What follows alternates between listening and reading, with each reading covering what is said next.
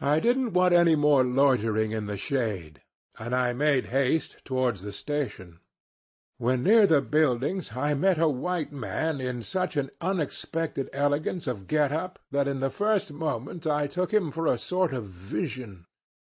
I saw a high starched collar, white cuffs, a light alpaca jacket, snowy trousers, a clean necktie, and varnished boots. No hat. Hair parted, brushed, oiled, under a green-lined parasol held in a big white hand. He was amazing, and had a penholder behind his ear. I shook hands with this miracle, and I learned he was the company's chief accountant, and that all the bookkeeping was done at this station. He had come out for a moment, he said, to get a breath of fresh air. The expression sounded wonderfully odd, with its suggestion of sedentary desk life. I wouldn't have mentioned the fellow to you at all, only it was from his lips that I first heard the name of the man who is so indissolubly connected with the memories of that time. Moreover, I respected the fellow. Yes, I respected his collars, his vast cuffs, his brushed hair. His appearance was certainly that of a hairdresser's dummy, but in the great demoralization of the land he kept up his appearance. That's backbone. His starched collars and got-up shirt-fronts were achievements of character. He had been out nearly 3 years, and later I could not help asking him how he managed to sport such linen. He had just the faintest blush, and said modestly, "I've been teaching one of the native women about the station. It was difficult. She had a distaste for the work." Thus this man had verily accomplished something, and he was devoted to his books, which were in apple-pie order. Everything else in the station was in a muddle, heads, things, buildings. Strings of dusty niggers with splay feet arrived and departed. A stream of manufactured goods, rubbishy cottons, beads, and brass wire set into the depths of darkness, and in return came a precious trickle of ivory.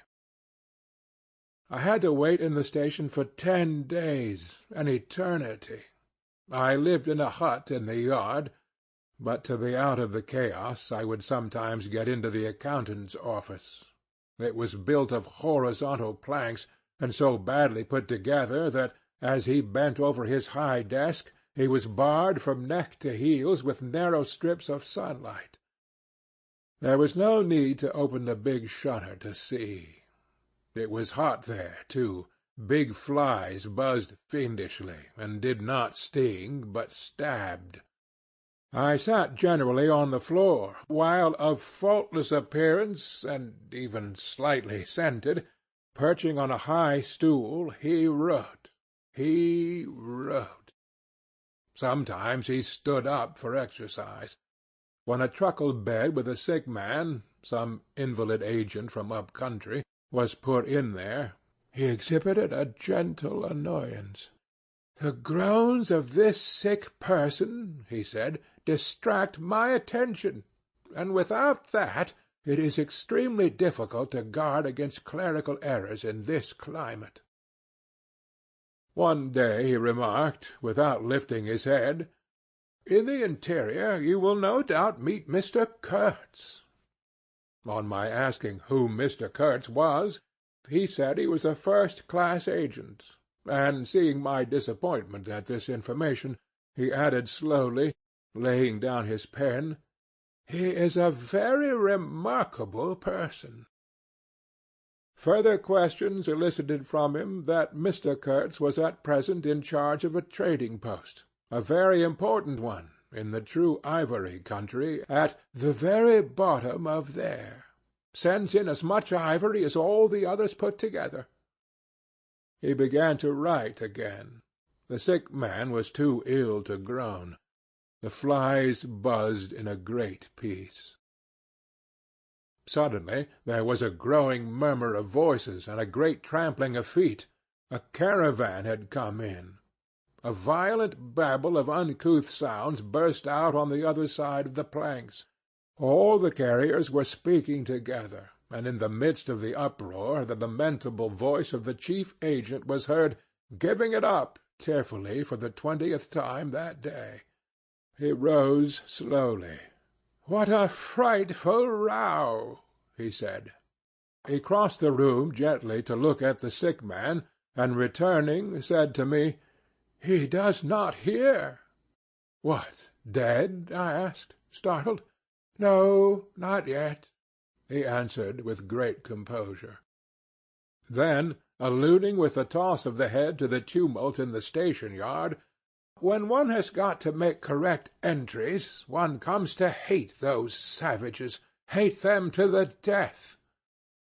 He remained thoughtful for a moment. "When you see Mr. Kurtz," he went on, "tell him from me that everything here," he glanced at the desk, "is very satisfactory. I don't like to write to him. With those messengers of ours you never know who may get hold of your letter, at that central station." He stared at me for a moment with his mild bulging eyes. "Oh, he will go far, very far," he began again.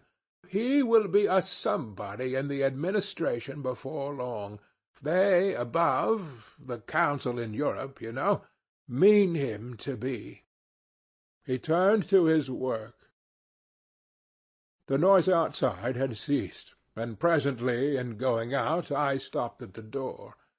In the steady buzz of flies, the homeward-bound agent was lying finished and insensible. The other, bent over his books, was making correct entries of perfectly correct transactions, and 50 feet below the doorstep I could see the still tree-tops of the grove of death. Next day I left that station at last, with a caravan of 60 men, for a 200-mile tramp. No use telling you much about that. Paths, paths everywhere. A stamped-in network of paths spreading over the empty land, through the long grass, through burnt grass, through thickets, down and up chilly ravines, up and down stony hills ablaze with heat. And a solitude, nobody, not a hut. The population had cleared out a long time ago. Well, if a lot of mysterious niggers, armed with all kinds of fearful weapons, suddenly took to travelling on the road between Deal and Gravesend, catching the yokels right and left to carry heavy loads for them, I fancy every farm and cottage thereabouts would get empty very soon. Only here the dwellings were gone too. Still, I passed through several abandoned villages. There's something pathetically childish in the ruins of grass walls. Day after day, with the stamp and shuffle of 60 pair of bare feet behind me, each pair under a 60-pound load. Camp, cook, sleep, strike camp, march. Now and then a carrier dead in harness, at rest in the long grass near the path, with an empty water-gourd and his long staff lying by his side. A great silence around and above. Perhaps on some quiet night the tremor of far-off drums, sinking, swelling, a tremor vast, faint. A sound, weird, appealing, suggestive, and wild, and perhaps with as profound a meaning as the sound of bells in a Christian country.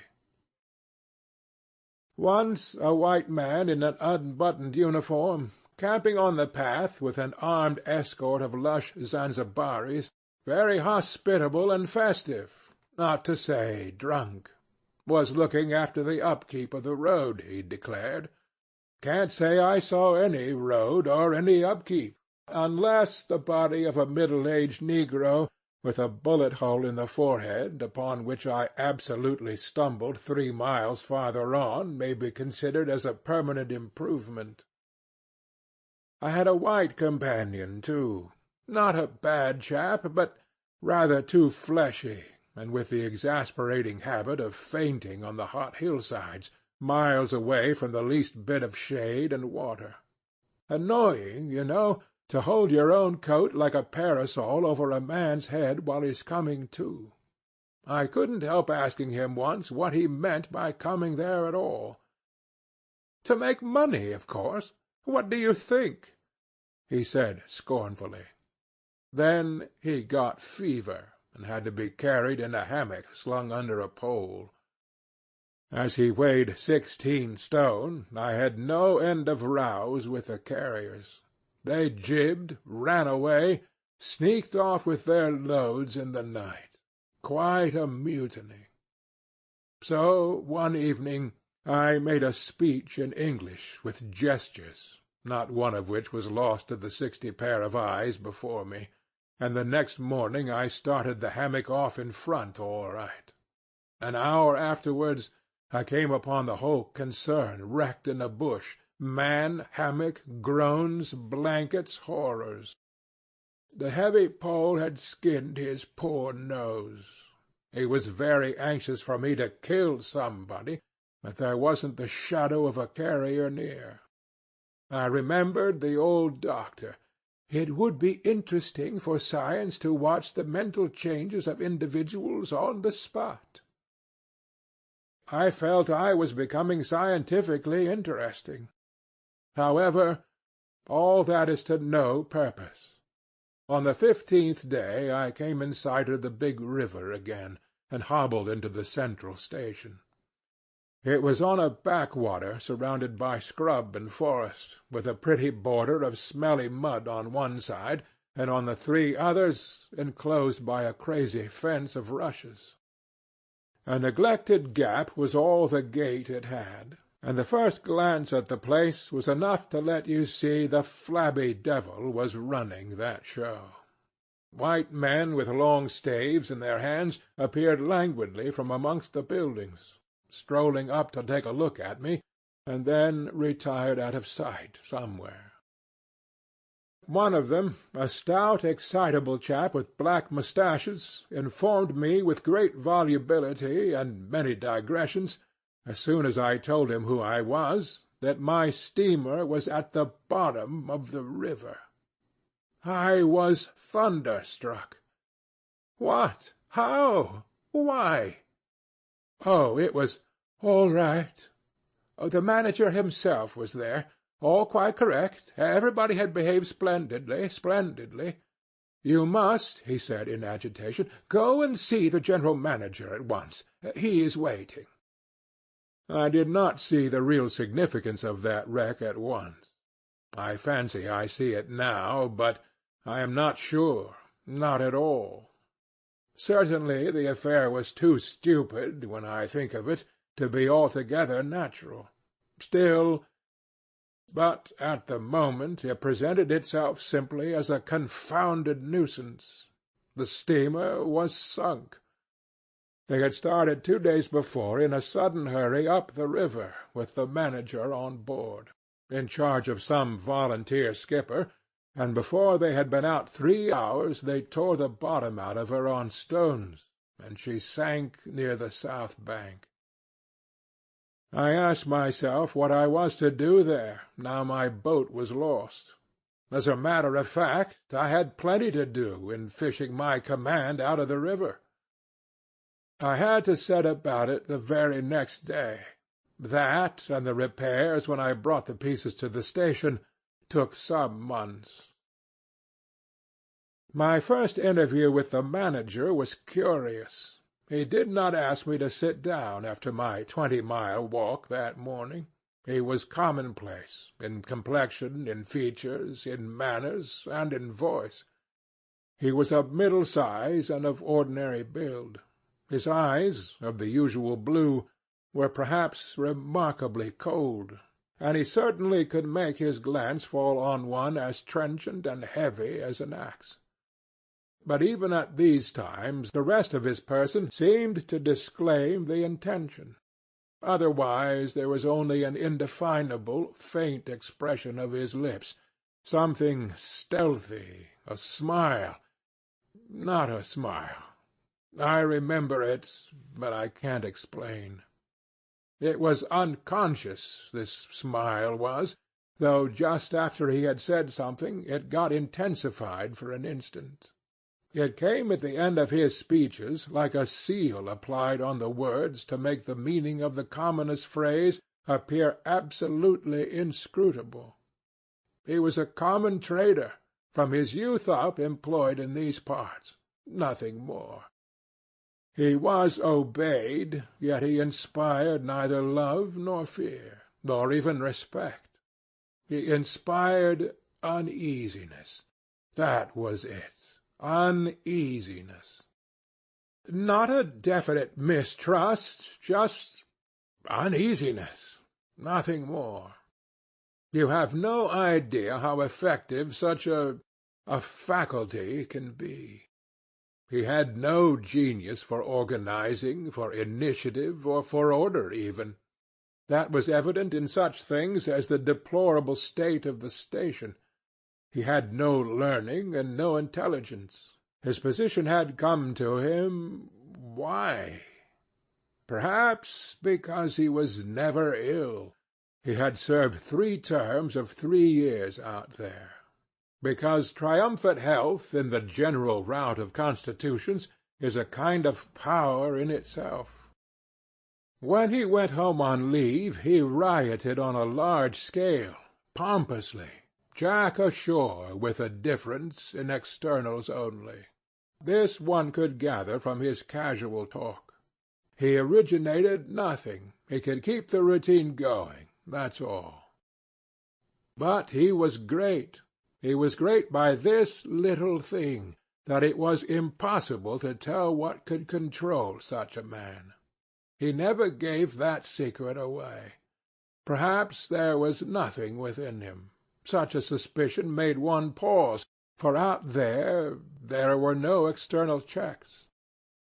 Once, when various tropical diseases had laid low almost every agent in the station, he was heard to say, "Men who come out here should have no entrails." He sealed the utterance with that smile of his, as though it had been a door opening into a darkness he had in his keeping. You fancied you had seen things, but the seal was on. When annoyed at meal-times by the constant quarrels of the white men about precedence, he ordered an immense round table to be made, for which a special house had to be built. This was the station's mess-room. Where he sat was the first place. The rest were nowhere. One felt this to be his unalterable conviction. He was neither civil nor uncivil. He was quiet. He allowed his boy, an overfed young negro from the coast, to treat the white men under his very eyes with provoking insolence. He began to speak as soon as he saw me. I had been very long on the road. He could not wait, had to start without me. The up-river stations had to be relieved. There had been so many delays already that he did not know who was dead and who was alive, and how they got on, and so on and so on. He paid no attention to my explanations, and playing with a stick of sealing-wax, repeated several times that the situation was very grave, very grave. There were rumors that a very important station was in jeopardy, and its chief, Mr. Kurtz, was ill. Hoped it was not true. Mr. Kurtz was— I felt weary and irritable. Hang Kurtz, I thought. I interrupted him by saying I had heard of Mr. Kurtz on the coast. "Ah, so they talk of him down there," he murmured to himself. Then he began again, assuring me Mr. Kurtz was the best agent he had, an exceptional man, of the greatest importance to the company. Therefore I could understand his anxiety. He was, he said, very, very uneasy. Certainly he fidgeted on his chair a good deal, exclaimed, "Ah, Mr. Kurtz," broke the stick of sealing-wax, and seemed dumbfounded by the accident. Next thing he wanted to know how long it would take to I interrupted him again, being hungry, you know, and kept on my feet too. I was getting savage. "How can I tell?" I said. "I haven't even seen the wreck yet. Some months, no doubt." All this talk seemed to me so futile. "Some months," he said. "Well, let us say 3 months before we can make a start. Yes, that ought to do the affair." I flung out of his hut. He lived all alone in a clay hut with a sort of veranda, muttering to myself my opinion of him. He was a chattering idiot. Afterwards I took it back, when it was borne in upon me, startlingly, with what extreme nicety he had estimated the time requisite for the affair. I went to work the next day, turning, so to speak, my back on that station. In that way only, it seemed to me, I could keep my hold on the redeeming facts of life. Still one must look about sometimes, and then I saw this station, these men strolling aimlessly about in the sunshine of the yard. I asked myself sometimes what it all meant. They wandered here and there with their absurd long staves in their hands, like a lot of faithless pilgrims bewitched inside a rotten fence. The word ivory rang in the air, was whispered, was sighed.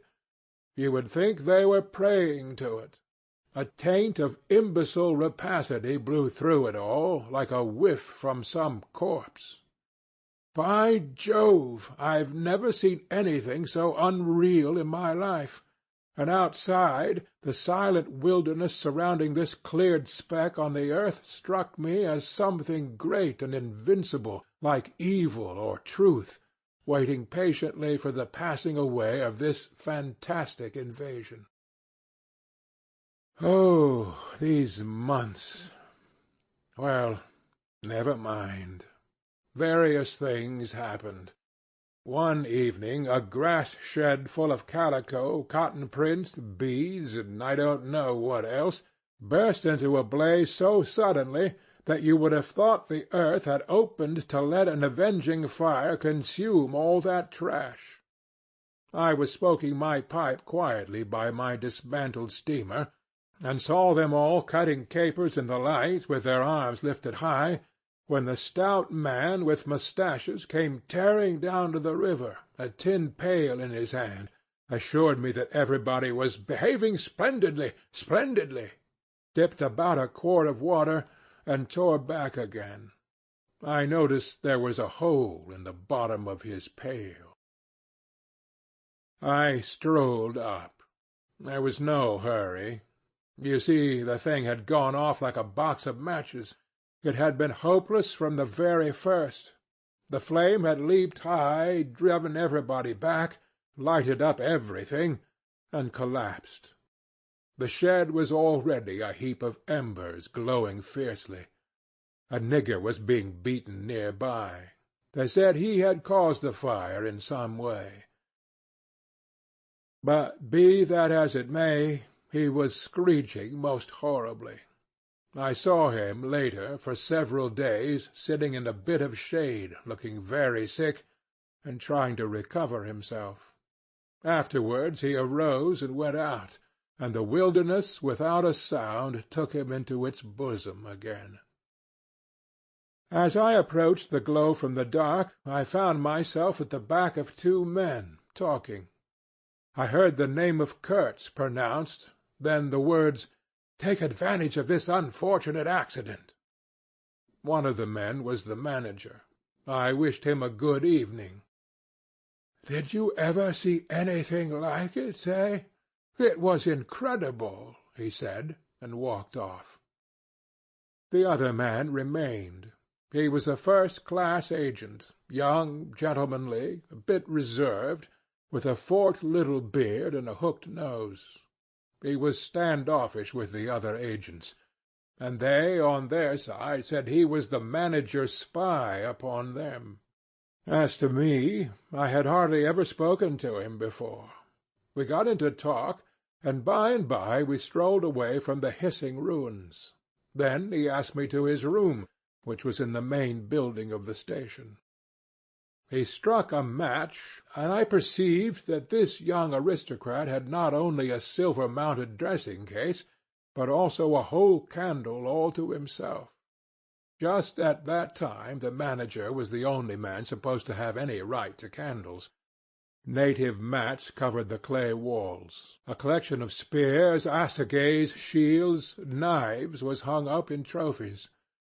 The business entrusted to this fellow was the making of bricks. So I had been informed, but there wasn't a fragment of a brick anywhere in the station, and he had been there more than a year, waiting. It seems he could not make bricks without something, I don't know what, straw, maybe. Anyway, it could not be found there, and as it was not likely to be sent from Europe, it did not appear clear to me what he was waiting for. An act of special creation, perhaps. However, they were all waiting, all the 16 or 20 pilgrims of them, for something. And upon my word, it did not seem an uncongenial occupation, from the way they took it, though the only thing that ever came to them was disease, as far as I could see. They beguiled the time by backbiting and intriguing against each other in a foolish kind of way. There was an air of plotting about that station, but nothing came of it, of course.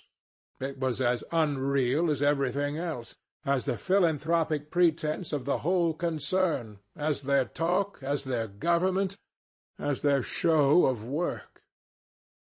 The only real feeling was a desire to get appointed to a trading post where ivory was to be had, so that they could earn percentages.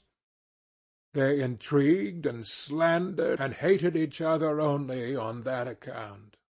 But as to effectually lifting a little finger, oh, no.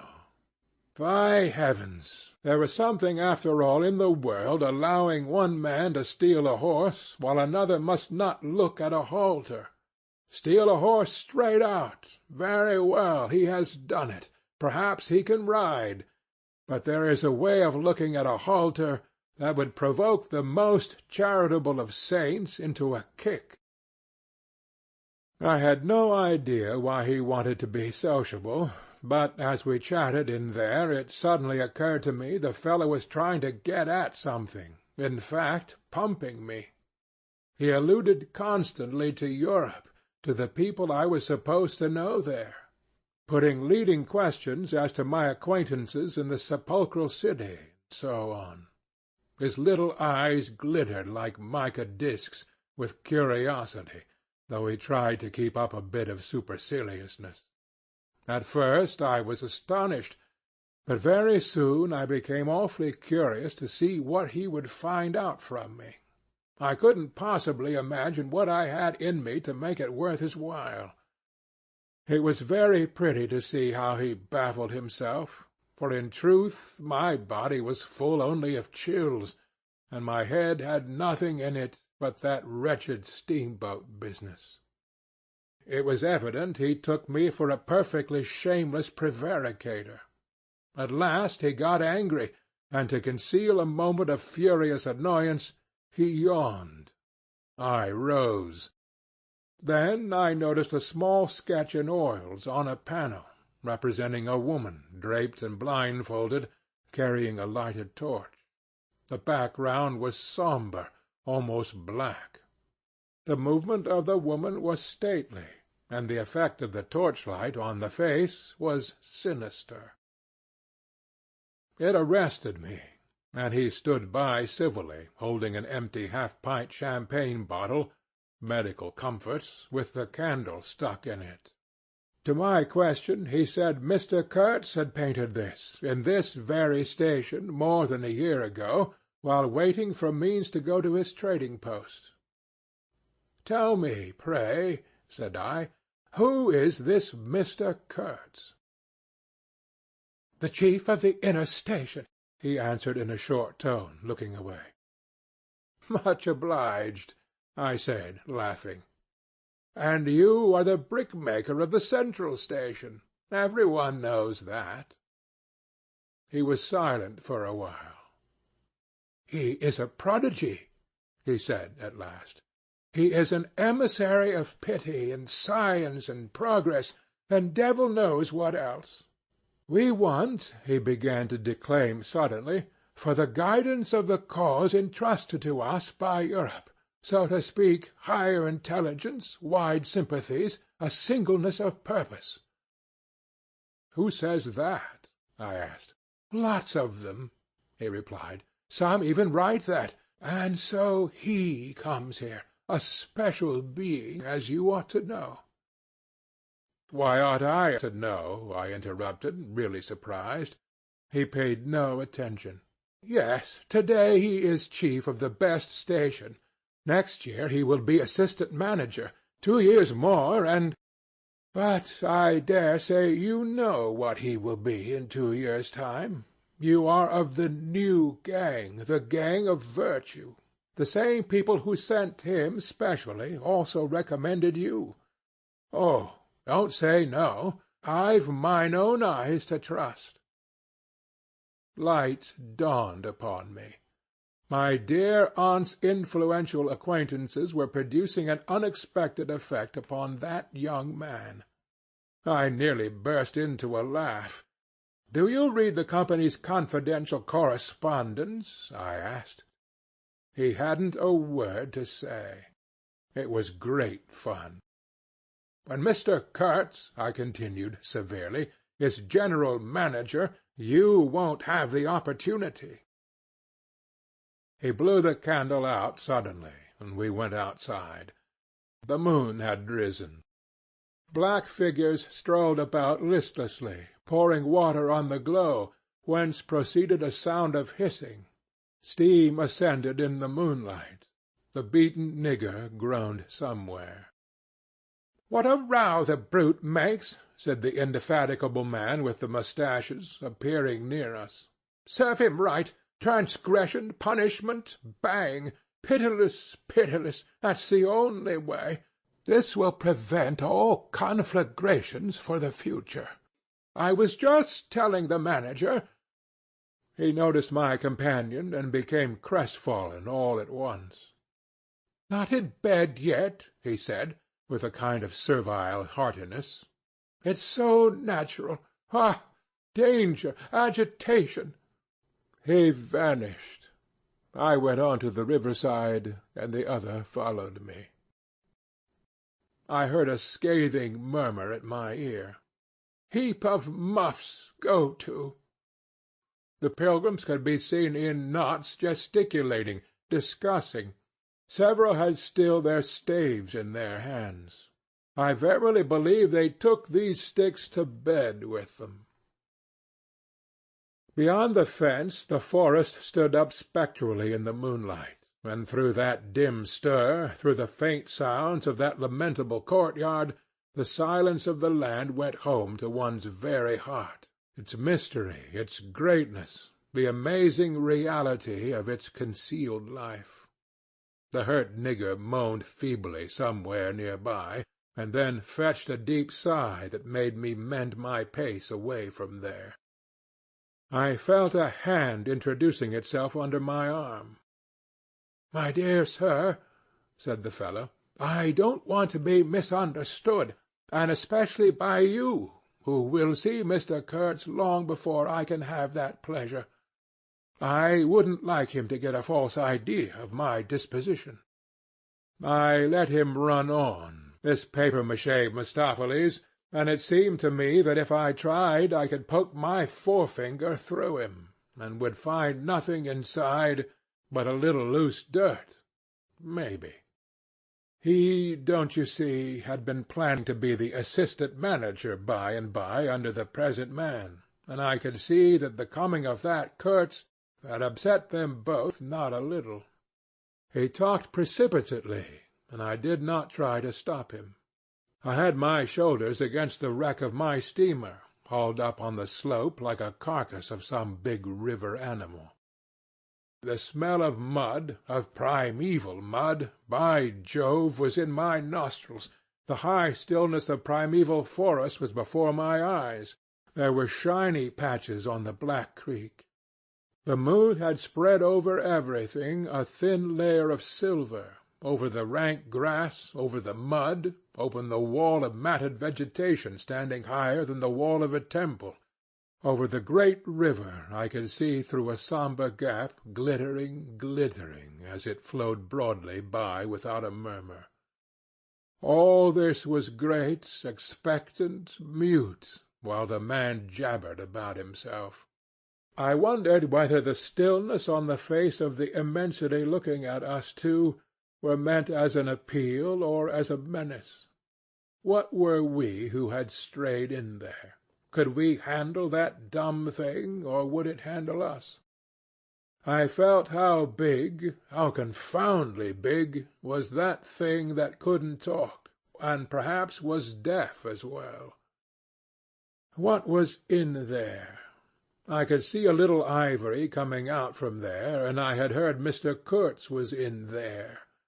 I had heard enough about it, too, God knows, yet somehow it didn't bring any image with it, no more than if I had been told an angel or a fiend was in there. I believed it in the same way one of you might believe there are inhabitants in the planet Mars. I knew once a Scotch sailmaker who was certain, dead sure, there were people in Mars. If you asked him for some idea how they looked and behaved, he would get shy and mutter something about walking on all fours. If you as much as smiled, he would, though a man of 60, offer to fight you. I would not have gone so far as to fight for Kurtz, but I went for him near enough to a lie.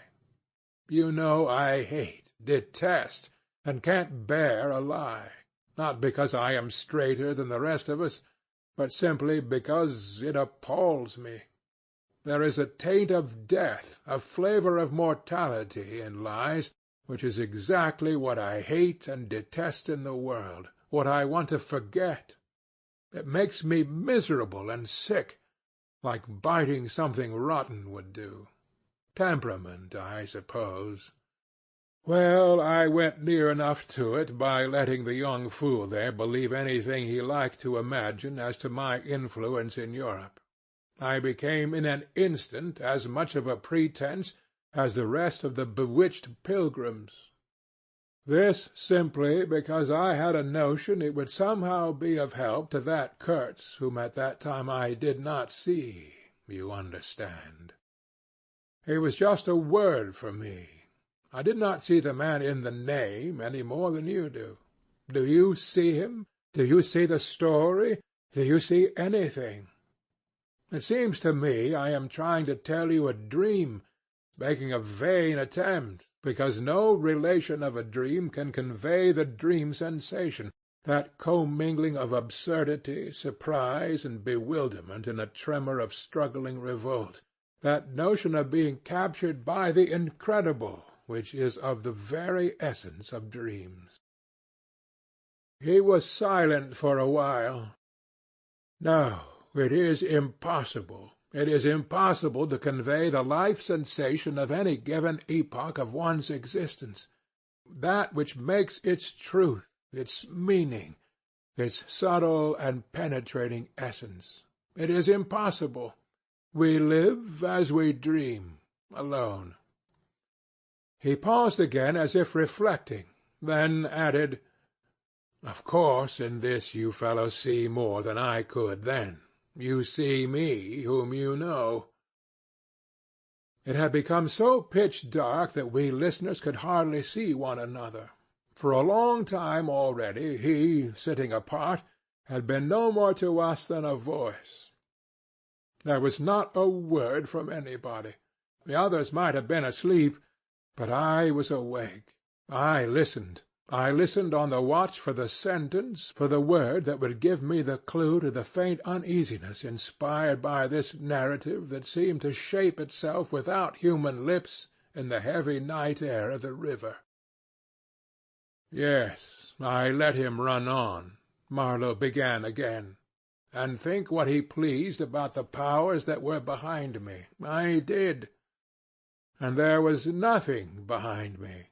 There was nothing but that wretched old mangled steamboat I was leaning against, while he talked fluently about the necessity for every man to get on. And when one comes out here, you conceive, it is not to gaze at the moon. Mr. Kurtz was a universal genius, but even a genius would find it easier to work with adequate tools, intelligent men.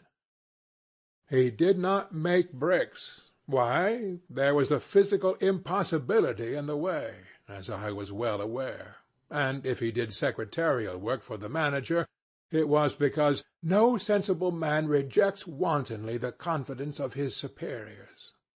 Did I see it? I saw it. What more did I want? What I really wanted was rivets, by heaven! Rivets, to get on with the work, to stop the hole. Rivets I wanted. There were cases of them down at the coast, cases piled up, burst, split. You kicked a loose rivet at every second step in that station-yard on the hillside. Rivets had rolled into the grove of death. You could fill your pockets with rivets for the trouble of stooping down, and there wasn't one rivet to be found where it was wanted. We had plates that would do, but nothing to fasten them with, and every week the messenger, a long negro, letter-bag on shoulder and staff in hand, left our station for the coast, and several times a week a coast caravan came in with trade goods, ghastly glazed calico that made you shudder only to look at it, glass beads, value about penny a quart, confounded spotted cotton handkerchiefs, and no rivets. 3 carriers could have brought all that was wanted to set that steamboat afloat. He was becoming confidential now, but I fancy my unresponsive attitude must have exasperated him at last, for he judged it necessary to inform me he feared neither God nor devil, let alone any mere man. I said I could see that very well, but what I wanted was a certain quantity of rivets, and rivets were what really Mr. Kurtz wanted, if he had only known it. Now letters went to the coast every week. "My dear sir," he cried, "I write from dictation." I demanded rivets. There was a way for an intelligent man. He changed his manner, became very cold, and suddenly began to talk about a hippopotamus. Wondered whether sleeping on board the steamer (I stuck to my salvage night and day) I wasn't disturbed. There was an old hippo that had the bad habit of getting out on the bank and roaming at night over the station grounds. The pilgrims used to turn out in a body and empty every rifle they could lay hands on at him. Some had even sat up o' nights for him. All this energy was wasted, though. "That animal has a charmed life," he said, "but you can say this only of brutes in this country. No man, you apprehend me, no man here bears a charmed life." He stood there for a moment in the moonlight with his delicate hooked nose set a little askew, and his mica eyes glittering without a wink. Then, with a curt good night, he strode off. I could see he was disturbed and considerably puzzled, which made me feel more hopeful than I had been for days. It was a great comfort to turn from that chap to my influential friend, the battered, twisted, ruined, tin-pot steamboat. I clambered on board. She rang under my feet like an empty Huntley and Palmer biscuit tin kicked along a gutter. She was nothing so solid in make, and rather less pretty in shape, but I had expended enough hard work on her to make me love her. No influential friend would have served me better. She had given me a chance to come out a bit, to find out what I could do. No, I didn't like work. I would rather laze about and think of all the fine things that can be done. I don't like work, no man does, but I like what is in the work, the chance to find yourself, your own reality, for yourself, not for others, what no other man can ever know. They can only see the mere show, and never can tell what it really means. I was not surprised to see somebody sitting aft on the deck with his legs dangling over the mud.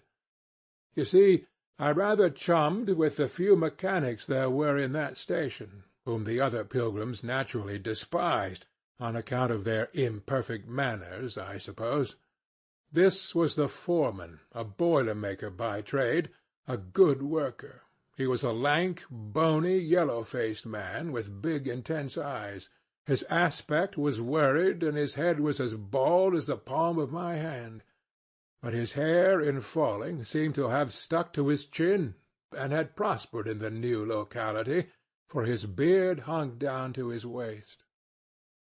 He was a widower with 6 young children. He had left them in charge of a sister of his to come out there, and the passion of his life was pigeon-flying. He was an enthusiast and a connoisseur. He would rave about pigeons. After work hours he used sometimes to come over from his hut for a little talk about his children and his pigeons. At work, when he had to crawl in the mud under the bottom of the steamboat, he would tie up that beard of his in a kind of white serviette he brought for the purpose. It had loops to go over his ears. In the evening he could be seen squatted on the bank, rinsing that wrapper in the creek with great care, then spreading it solemnly on a bush to dry. I slapped him on the back and shouted, "We shall have rivets!" He scrambled to his feet, exclaiming, "No, rivets!" as though he couldn't believe his ears. Then, in a low voice, "You, eh?" I don't know why we behaved like lunatics. I put my finger to the side of my nose and nodded mysteriously. "Good for you!" he cried, snapped his fingers above his head, lifting one foot. I tried a jig. We capered on the iron deck. A frightful clatter came out of that hulk, and the virgin forest on the other bank of the creek sent it back in a thundering roll upon the sleeping station. It must have made some of the pilgrims sit up in their hovels. A dark figure obscured the lighted doorway of the manager's hut, vanished, then, a second or so after, the doorway itself vanished too. We stopped, and the silence driven away by the stamping of our feet flowed back again from the recesses of the land.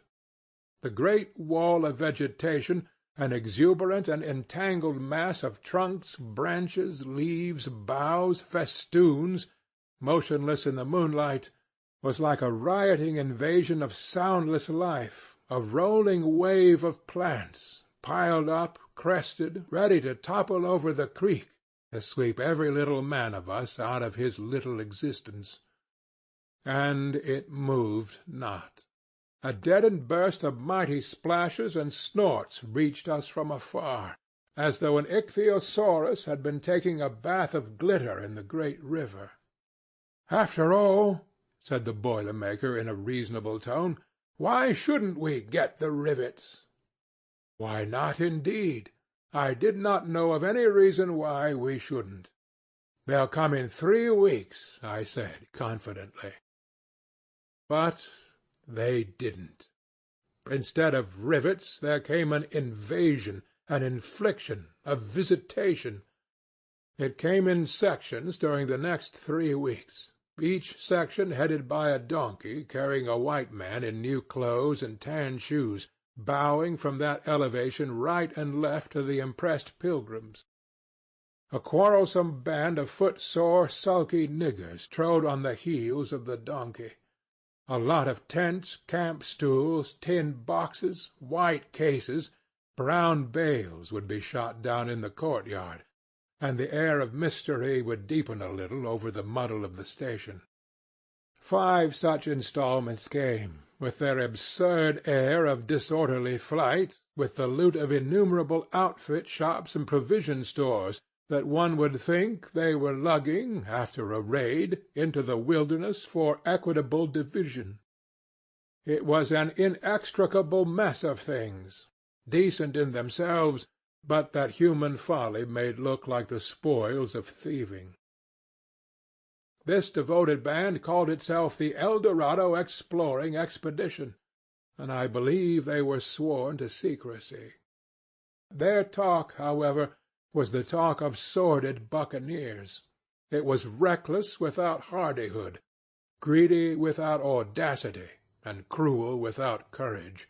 There was not an atom of foresight or of serious intention in the whole batch of them, and they did not seem aware these things are wanted for the work of the world. To tear treasure out of the bowels of the land was their desire, with no more moral purpose at the back of it than there is in the burglar's breaking into a safe. Who paid the expenses of the noble enterprise, I don't know, but the uncle of our manager was leader of that lot. In exterior he resembled a butcher in a poor neighborhood, and his eyes had a look of sleepy cunning. He carried his fat paunch with ostentation on his short legs, and during the time his gang infested the station, spoke to no one but his nephew. You could see these two roaming about all day long with their heads close together in an everlasting confab. I had given up worrying myself about the rivets. One's capacity for that kind of folly is more limited than you would suppose. I said, "Hang," and let things slide. I had plenty of time for meditation, and now and then I would give some thought to Kurtz. I wasn't very interested in him, no. Still, I was curious to see whether this man, who had come out equipped with moral ideas of some sort, would climb to the top after all, and how he would set about his work when there. End of Chapter 1